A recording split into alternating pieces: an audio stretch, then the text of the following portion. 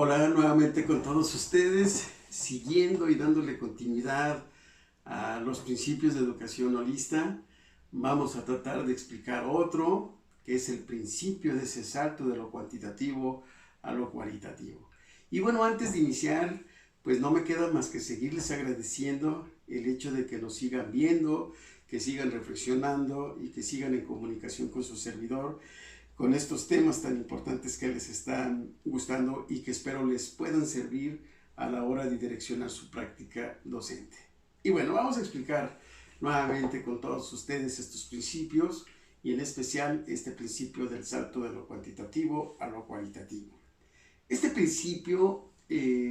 nos pone en un estado y un estadio de conciencia a tal nivel que debemos de entender que lo que estamos viviendo actualmente en este siglo XXI, en nuestras vidas personales y en nuestras vidas profesionales, es que las realidades cambian, son muy dinámicas y evolucionan de manera permanente, porque lo que es hoy, mañana no lo es, y eso hace que también nosotros evolucionemos en nuestras formas de pensamiento, porque no podemos seguir trabajando, por ejemplo, en nuestras prácticas profesionales con esquemas, con conceptos y con visiones o paradigmas que ya no responden a este nuevo millennium que está permeado desde una perspectiva o paradigma de la complejidad. ¿Y por qué explico esto? Lo explico porque efectivamente desde los principios de la educación holista, este salto cuantitativo a lo cualitativo nos debe de llevar que a partir del desorden o a partir del caos que vivimos, tenemos que llegar a un nuevo orden o a una nueva organización de perspectiva y de visión que tenemos del mundo, de visión que tenemos de la sociedad, del universo, del cosmos, de la educación, sobre todo en el caso de lo profesional, y por qué no de ese proceso de la enseñanza o ese proceso del aprendizaje que día a día va cambiando como una espiral dinámica que nos debe de llevar a esa comprensión de la ruptura de paradigmas lineales, por ejemplo, planos unidimensionales, que no nos da la posibilidad de tener esa perspectiva holista para poder hacer esos saltos cuantitativos a lo cualitativo. Voy a poner solamente algunos ejemplos, dos ejemplos para no ser tan cansada de esta charla y que con estos ejemplos considero que puede quedar muy comprensible este principio que es muy interesante. Vámonos a tomar el ejemplo de la evaluación de los aprendizajes, que seguramente es uno de los componentes didácticos que mayormente nos preocupa y nos ocupa para poder asegurar y acercarnos más a esa objetividad o interobjetividad o esa subjetividad o intersubjetividad para que podamos entender y comprender por qué nos lleva el desarrollo de una práctica docente o la asimilación de los aprendizajes a un dato que está representado por el número, ¿sí? O a una subjetividad que está representado en el valor. Bueno, ¿cómo podemos entonces darnos cuenta que no podemos estar en una perspectiva única y exclusivamente viendo nuestras realidades a partir de lo que toco solamente o a partir de lo que veo solamente, y que puedo representarlo con el número porque se puede observar, porque se puede contar y porque puedo darme cuenta que solamente a partir de todo esto que me es numérico, de lo que me es formal, de lo que me es estructura, puedo decir que hay un aprendizaje o que hay un cambio de conducta o que hay una situación en la cual podemos verla en términos de número, pues. Bueno, si nosotros llevamos este nivel cuantitativo al nivel de lo cualitativo, quiere decir que también hay que considerar el valor de lo que está representando ese número. Por ejemplo, si nosotros nos damos a la tarea desde lo cuantitativo a ir sumando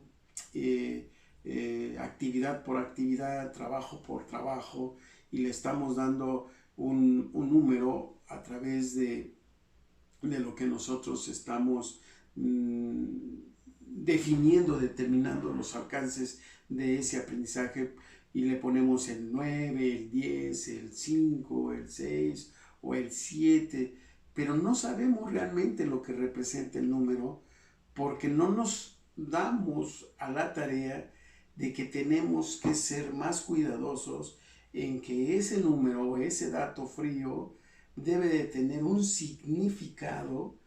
cualitativamente, para que valoremos de manera mucho más profunda qué representa ese 10, qué representa ese 8, qué representa ese 5 o qué representa ese 6. Y más aún cuando nos atrevemos a decir que hay decimales o que hay centésimas y que no sabemos todavía mucho más que quedarnos con el entero, ¿sí? Y no sumamos o no integramos esos decimales, mejor dicho, o esos centésimas al valor que representa un esfuerzo o una forma de cómo el alumno no alcanza el entero inmediato por X situaciones. Entonces, para poder darle ese valor, esa cualidad a lo que objetivamente y tangiblemente me dice el número, nos dice el número porque está la cantidad de trabajos que hacen los alumnos, ¿sí? Eso no quiere decir que entre más cantidad se entregue de trabajos, ¿sí?, represente realmente ese número o dato frío. Porque muchas veces podemos darnos cuenta que puede haber mayor calidad en un solo trabajo o en dos trabajos que en 10 o 15, 20 trabajos. Y entonces tenemos que tener esa habilidad nosotros los docentes, esa capacidad de desarrollo evaluativo para poder integrar ambos enfoques. Pero claro, para poderlo llevar a esa integralidad, de ese salto de lo cuantitativo a lo cualitativo, debemos de romper, como les dije desde un principio, esos paradigmas lineales, unilaterales, jerárquicos, que no nos permiten en muchas de las ocasiones llegar a este salto cualitativo y poder definir todas aquellas situaciones ortodoxas, ¿sí?, frías, y para dar un sentido mucho más valorativo, cualitativo, etc. Obvio, también es importante no caer en otro error categorial y priorizar solamente esto cualitativamente hablando, ¿sí?, ante lo cuantitativo. También podríamos caer en una situación en la cual, al priorizar tanto el valor, al priorizar tanto la cualidad, también no podemos dejarlo tan suelto, porque necesitamos sustentarlo con un dato, con un número, para darle una representación a todo aquello que estamos subjetivizando a partir de lo que nuestra mente, a partir de lo que nuestro pensamiento, por la experiencia sociohistórica que tenemos, teórica y práctica, tenemos que darle. Muy bien, pues ese es solamente un ejemplo que pongo desde ese ángulo de evaluación, para que nos demos cuenta de la importancia que tiene, ¿sí?, este principio del salto de lo cuantitativo a lo cualitativo. Vamos a poner otro ejemplo para que vayamos viendo la importancia de cómo hacer esos saltos hasta alcanzar lo cualitativo y viceversa, lo cualitativo a lo cuantitativo, porque debe haber una dialéctica en estas dos categorías sustanciales y fundamentales desde la educación holista. Y voy a poner el ejemplo de cómo evolucionamos con el tipo de aprendizaje que muchas de las veces queremos que nuestros estudiantes logren. Y bueno, yo con todo respeto les quiero decir que todavía en nuestras prácticas tradicionales, como su nombre lo dice, lo tradicional toca ángulos que tienen que ver con posiciones muy ortodoxas, en donde a veces lo único que nos interesa son los cambios de actitudes o manifestaciones corporales físicas que los estudiantes tengan para poder definir y determinar que hay un cambio, ¿no? Que nos lleva a una obtención de un aprendizaje. No, no lo es todo ya. Ya sabemos que esa parte física, que esa parte conductual o de comportamiento solamente es una parte del aprendizaje o de manera integral.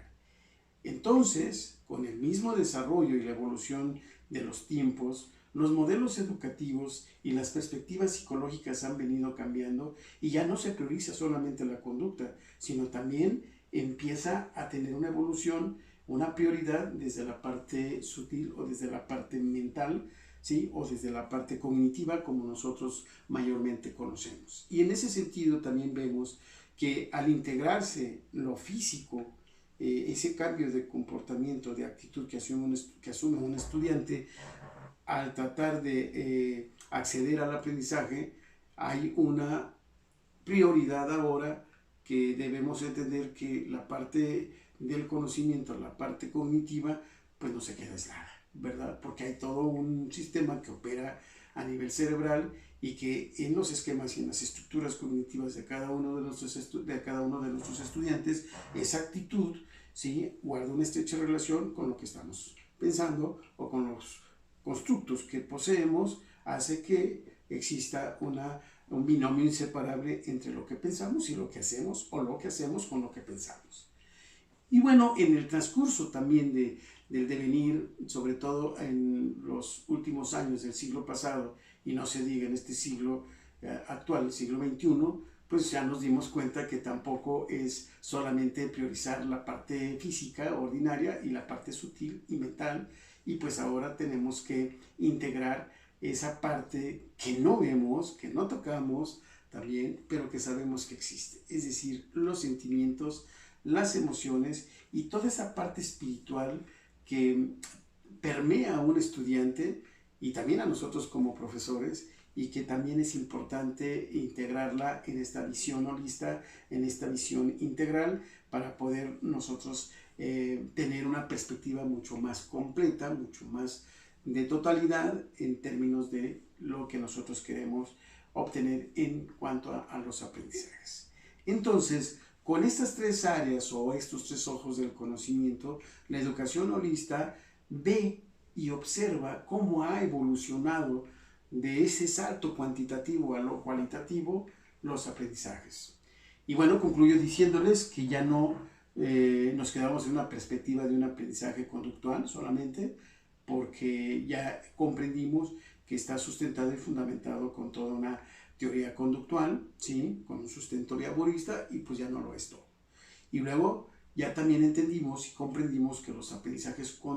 conductuales dan un salto importante y nos vamos a los aprendizajes cognitivos, y después nos vamos a los saltos de los aprendizajes constructivistas, ¿sí?, y luego nos vamos a los saltos de los aprendizajes socioconstructivistas, y bueno, pues actualmente sí nos posicionamos y tratamos de ver a los aprendizajes desde una perspectiva de forma consciente, que es allí donde la educación holista e integral busca su comprensión por parte de los profesores para que podamos posibilitar esos estados y estadios de aprendizajes conscientes, tomando en cuenta el desarrollo evolutivo de los estudiantes para su adquisición. Vean ustedes qué interesante es este principio, que nos puede llevar mucho más tiempo analizando y reflexionando, pero bueno, finalmente solamente son algunas ideas que comparto con todos ustedes, y bueno, pues no me queda más que seguirles agradeciendo la paciencia por estarnos escuchando, y bueno, no me queda más que decirles también que sigan invitando a colegas, a educadores, a profesores, a investigadores que están muy comprometidos con la educación, para que sigamos creando una comunidad de aprendizaje desde esta perspectiva y desde este enfoque holista que tanta falta nos hace en este siglo XXI. De mi parte, seguiré compartiendo más experiencias y conocimientos, y bueno, en la próxima charla estaremos hablando del principio de la transdisciplinaridad, que es muy importante también. Hasta pronto.